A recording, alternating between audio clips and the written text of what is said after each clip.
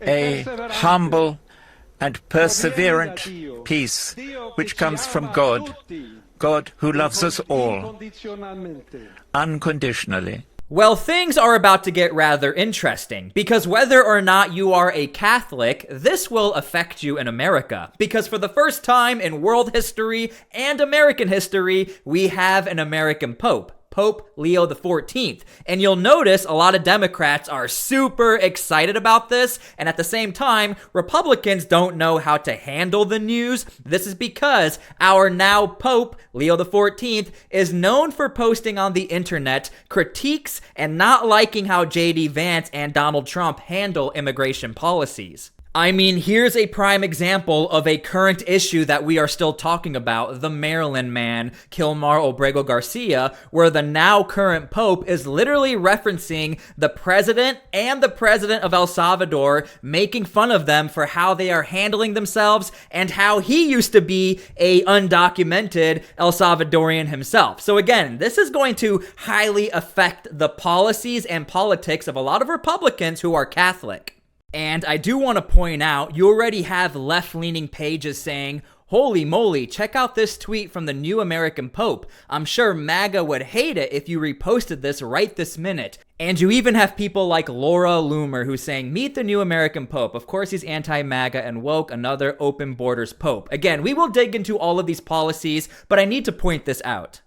Cardinal Wilton D. Gregory, Archbishop of Washington, said that President Biden was a cafeteria Catholic who, like a number of Catholics, picks and chooses dimensions of the faith to highlight while ignoring or even contradicting other parts. He explained that the phrase cafeteria Catholic refers to those who choose that which is attractive and dismiss that which is challenging. So I find it rather comical, all of these Democrats who are all of a sudden these super Christians who are saying we love the new Pope because he hates Donald Trump and J.D. Vance, when we are all so quick to forget our last president was denied the Eucharist. If you don't know what the Eucharist is, it is essential to the Catholic Church. You are eating the literal blood and body of Christ. This is what you need to get to heaven via the sacraments it's called in the Catholic Church. Some of you might know it as communion. But regardless, the Catholic Church does not discriminate. They had no problem of telling Joe Biden, get the hell out of our way, you are not acting like a real Christian. So keep that in mind. And again, whether or not you are a Catholic, this will affect you as a Republican or conservative. You can scroll through all of these pages. I just updated this. It's everybody hating on the new Pope. And if you are a Catholic and you have Republicans hating on a Pope who's not a Catholic, we may start to see a lot of divide. Now, I want to educate you a little bit on why exactly the Catholic Church comes off as way more liberal than you think they should. Now, this is very crucial, and this is why we are seeing J.D. Vance and Donald Trump really butt heads with the Catholic Church. This right here is a catechism, basically a guideline for the church to follow. This is what it says. The Catholic Church teaches that prosperous nations are obliged to the extent they are able to welcome the foreigner in search of the security and means of livelihood which he cannot find in his country or origin. So as you can see, it's really left up to interpretation, except for one part, the prosperous nations. And if the United States is the most prosperous nation, of course, the majority of the heads of the Catholic Church are going to say, hey, USA, you have the most money in the world. You should be letting in all of these immigrants. So if you're unaware, this is why there is such a divide right now between Catholics, Protestants, and politics. Now, we know, of course, the last administration liked to throw people in jail for silently praying outside of pro-life clinics. We know that they like to harass pro-life fathers of seven, very often Catholic fathers, for participating in the pro-life movement. And we know that the last administration wanted to protect taxpayer-funded abortion right up into the moment of birth. And on every single one of those issues, in 30 short days, Donald J. Trump has gone in the exact opposite direction, and I am thankful for that, and I'm sure that every single person in this room is thankful for that as well. Now, here's where things get very complex for the United States. Remember, the United States is a predominantly Protestant nation. That is how the United States came about. But for like the first time ever in recent history, we have an actual, legit, practicing Catholic who's not ashamed to profess Jesus Christ is Lord. When was the last time we saw that? And what most people don't realize is that J.D. Vance does not want to end up like Joe Biden, not receiving the Eucharist if the Pope deems what J.D. Vance is doing is disgusting, anti-Catholic, and he can be kicked out of the church. Remember, the Eucharist is so essential to Catholic theology and ultimate salvation. It is important. 20 years, I've gotten up every morning on my knees and prayed that God would put me in a position where I can end the childhood chronic disease epidemic in this country.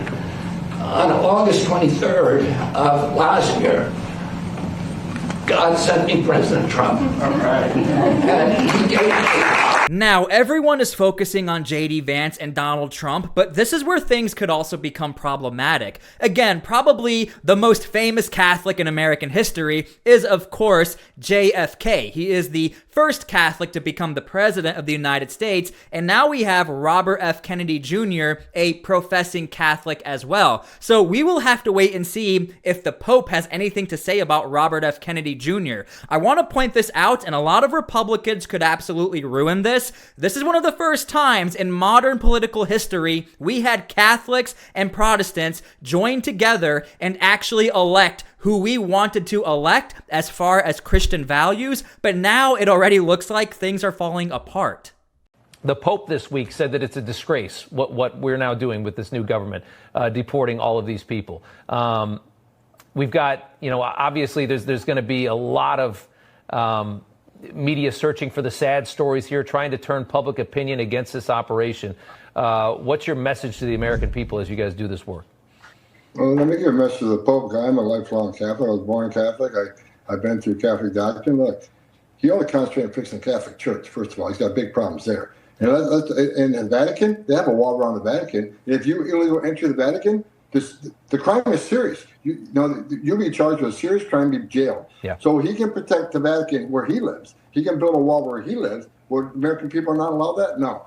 Securing the border saves lives. He needs to understand that. When we secure the border, when less people come, less women get by the cartel, less children die in the river, less Americans die from fentanyl overdoses. He ought to stick to it. He ought to stick to the Catholic Church and fix that. That's a mess. Now, you might find it shocking that a regular old Catholic is yelling at the Pope. This is actually allowed to an extent. But remember, when it comes to the catechism, it can be very complex per nation because we have the prosperous nations. You are obliged to let these immigrants into the country. But then it says, to the extent they are able. What the Trump administration is arguing, the majority of Republicans, some Democrats, and J.D. Vance, we are doing all we can, and also we are following the catechism, but because the United States is the most prosperous nation, the Catholic Church doesn't look like they want to give too much leeway to the United States. So we're just going to have to wait and see what happens, but unfortunately, we are already seeing a lot of conservative and Republican media who are not educated on why exactly this Pope comes off as super liberal. I can guarantee you this Pope is not pro, same-sex marriage, yet we are going after him for this. Now, this is the part that bothers me about Republican media. I am a Republican, but we are all missing this part. Donald Trump is excited about this Pope. He even said, it is such an honor to realize that he is the first American Pope. What excitement and what a great honor for our country. I look forward to meeting Pope Leo XIV. It will be a very meaningful moment. So why is nobody talking about this? Well, we are all focusing on the negative and not the positive. Again, I cannot stress this enough. This is why I got into politics. It was amazing to see all of the churches unite against the ridiculousness of the Democrat Party, but now we are all separating. Look at how this works for the Pope. Pope wants to fix the Catholic Church. I'm saying this as a lifelong Catholic. I was baptized Catholic. I was First Communion as a Catholic. Confirmation as a Catholic. He ought to fix the Catholic Church and concentrate on his work and leave border enforcement to us. He wants to attack us for securing our border. He's got a wall around the Vatican, does he not? So he's got a wall around to protect his people and himself, but we can't have a wall around the United States. So I wish he'd stick to the Catholic Church and fix that and leave border enforcement to us. Domani ci sarà l'insediamento del presidente Trump, il quale ha già fatto sapere che fra 2 giorni vuole cominciare il suo programma di espulsione degli immigrati irregolari dagli Stati Uniti.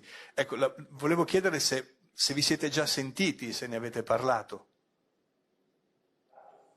No, non ci avevamo sentito. Lui è venuto una volta qui, quando era presidente l'altra volta, ma non ci siamo sentiti. Ma questo, se è vero, sarà una disgrazia. Definitely. He's a bridge. He's always been a bridge builder. In Peru, where we lived in Trujillo, he had great outreach to the poor. Our parish there had, part of it was a very poor part of Trujillo. He always made conscious decision to make sure that the poor were attended to sacramentally, and we had soup kitchens for the poor as well. So his heart is there with the poor. He's very intelligent, so he had different roles in Trujillo. Was a professor. We were both professors at the seminary there. And then he was called back to the United States as provincial, and then to Rome as our prior general. And then he was named a bishop of Chiclayo, Peru. Many don't know this, but that diocese was run from its beginning by Opus Dei, which is a very more closed vision of church. And Pope Francis, obviously, when they named him to go there, wanted someone who could connect with that part of the church, but bring it also more open. So I think he'll be a real bridge builder in the church, one that understands the legacy of Pope Francis. Now, as a former Baptist, I started my political career as a Protestant. Now I am moving into the Catholic Church. I will say this is a very disappointing moment. Unfortunately, there is a lot of ignorance in media, whether Republican or Democrats. I just find it pretty interesting how many Christians we have all of a sudden who really seem to care about all of this, and they're definitely not looking to try and make some money off of some clicks. Anyway, thank you guys for being here. I hope we can all unite like we did, voting for Donald Trump, but we'll see what happens.